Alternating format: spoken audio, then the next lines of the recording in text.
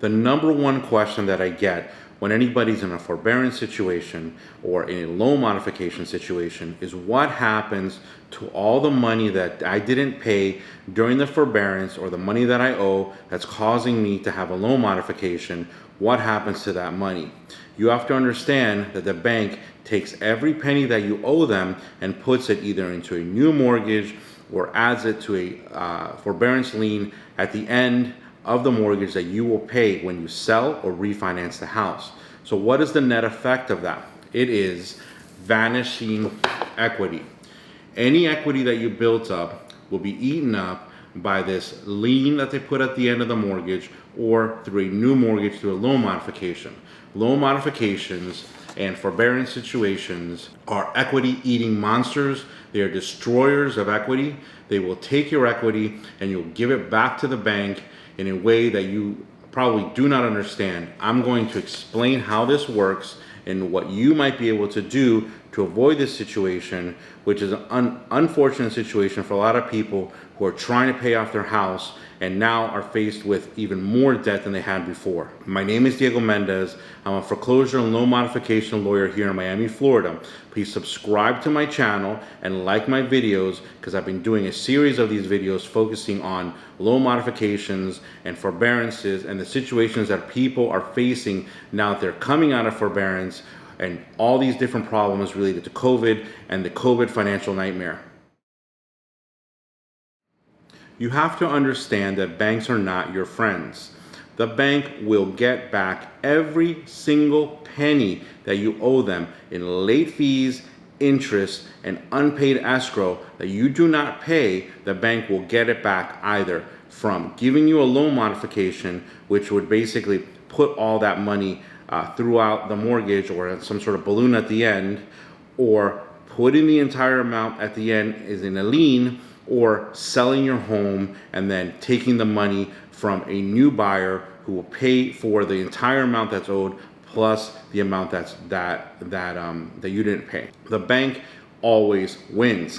That is the situation that we're looking at. Now, does that mean that loan modifications and forbearances are bad? No, they're not bad. They are a tool that people can use to save their homes. Loan modifications are something that you need to understand are there only to save people's homes when they cannot pay their mortgage. That's the same as forbearance. Forbearances should not be used as a break from paying mortgage payments because what you're doing is you're giving away your equity when you do that.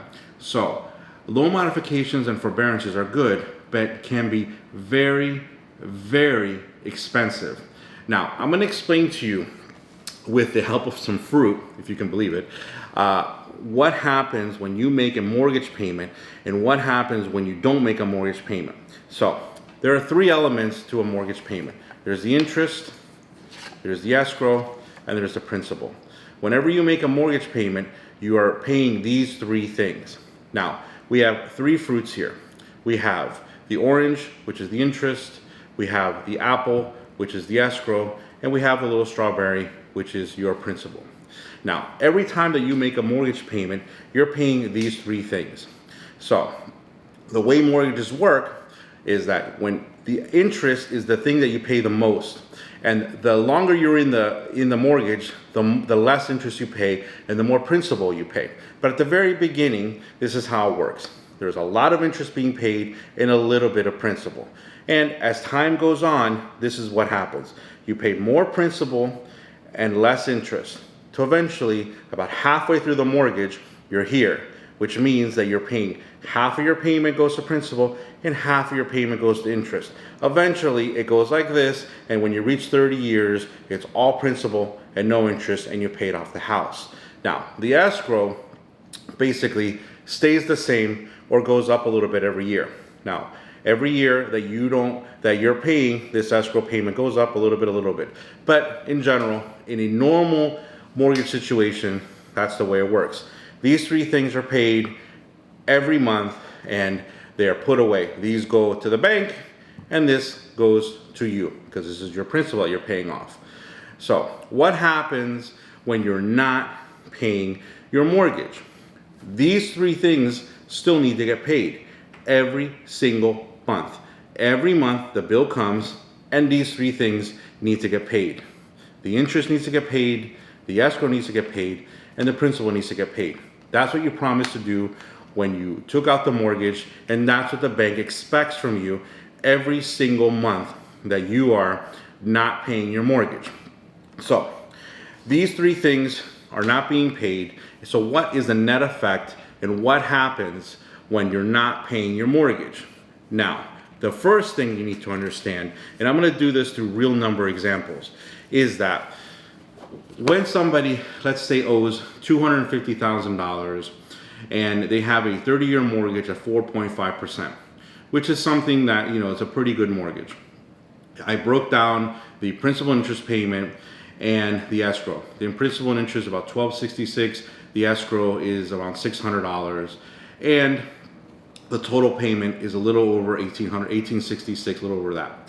Now, every single month you're expected to pay this, and let's say that after 10 years of paying this, you have reached a point that you are unable to pay your mortgage anymore because of the COVID situation or some other situation. So what happens at that 10-year period, and what will happen to you if you continue in this situation? Now, this is the important thing. At 10 years, you've basically paid off about $50,000 approximately. I know people are going to go online and do the calculation and say, well, it's not exactly, you're right. It's not exactly $50,000. But for our examples today, it is, let's say it's $50,000 of unpaid principal.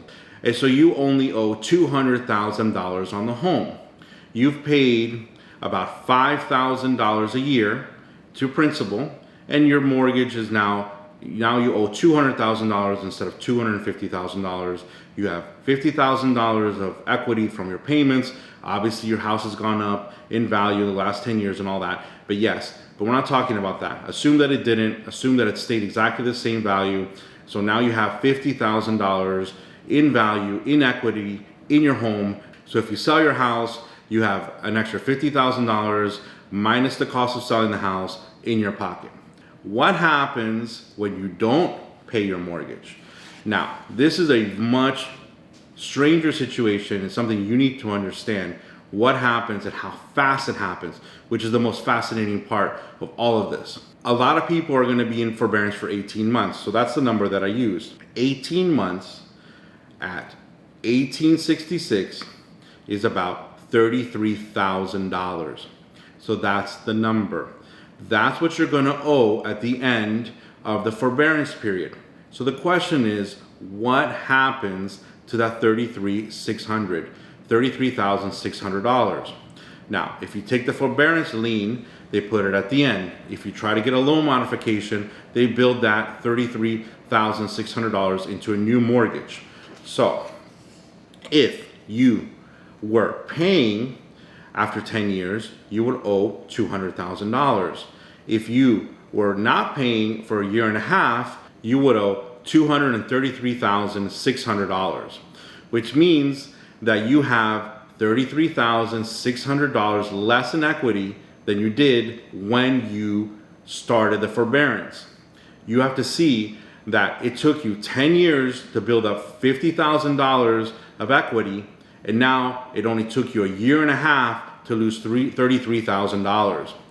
That is very unfortunate. That's something that a lot of people don't realize they're facing when they're in a foreclosure or a loan modification or a forbearance situation. They've sold their equity to the bank for very cheap. It's going to take them a long time to pay that $33,000 off, and that's very unfortunate. So what's the bottom line in all this stuff? The bottom line is only use the forbearance and only use loan modifications in emergency situations, because every single month that you're not paying, the bank is taking advantage of you. They're taking your equity. Now, I understand a lot of people are taking this money, investing and doing all these crazy things. That's fine. You can do all that stuff. But realize that every single month you don't pay, the bank is taking that money and adding it to your debt very quietly. Nobody's talking about this, but this is the reality. Understand what you're doing, and if you're cognizant and this is what you want to do, fine. But if you think that this is some sort of free ride or free lunch, it's not. You will pay back the mortgage company at the end, when you sell your home or refinance, they will get their money from you. That is a very important thing. Bottom line, that if you can get out of forbearance or if you can get yourself into loan modification now, do it now. Don't wait. If you can pay back the money that is owed, pay it back, because you're just paying yourself in essence. Remember, the interest and the principal and the escrow, the bank will charge you. So always understand that every single month that goes by that you're in this situation, you are losing money. You're not getting any new money. That's it for now. My name is Diego Mendez. I'm a bankruptcy, loan modification, and forbearance lawyer here in Miami, Florida.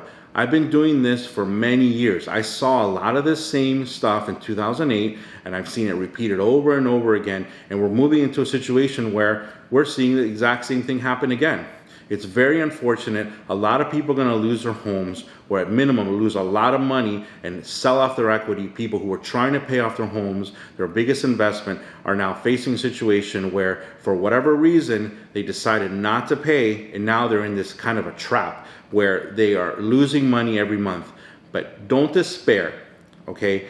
You can always talk to the bank and get out of forbearance now and start paying your mortgage, obviously, if you can. If you cannot, because your income has gone down, the next best option is trying a loan modification. Apply for a loan modification, because at least if you cut off the bleeding now, then you can start making your mortgage payment in the next month or two, and you won't owe as much and you won't feel as bad. Please subscribe and like these videos. Subscribers are very important to me. I'm trying to get to a significant number of subscribers, and I like that you like my videos, because I keep focusing on this type of law, which is very important right now. A lot of people are dealing with forbearances, coming off forbearance, looking at different options for loan modifications. How can they save their homes? There's a lot of moving parts right now, a lot of changes in the law, a lot of federal programs that are coming on board. Some are dropping off. This time of change and confusion causes people to make the wrong choices in their lives and choose to do things that will hurt them. Watch my videos. I'll try to guide you through the process, and maybe at the end you'll come out of this with a better understanding of how mortgages work and a better grasp on your finances, and with your home intact. My show is called Debt Law, Survival Guide for the Desperate Debtor. I appreciate your likes and your subscriptions. Thank you very much.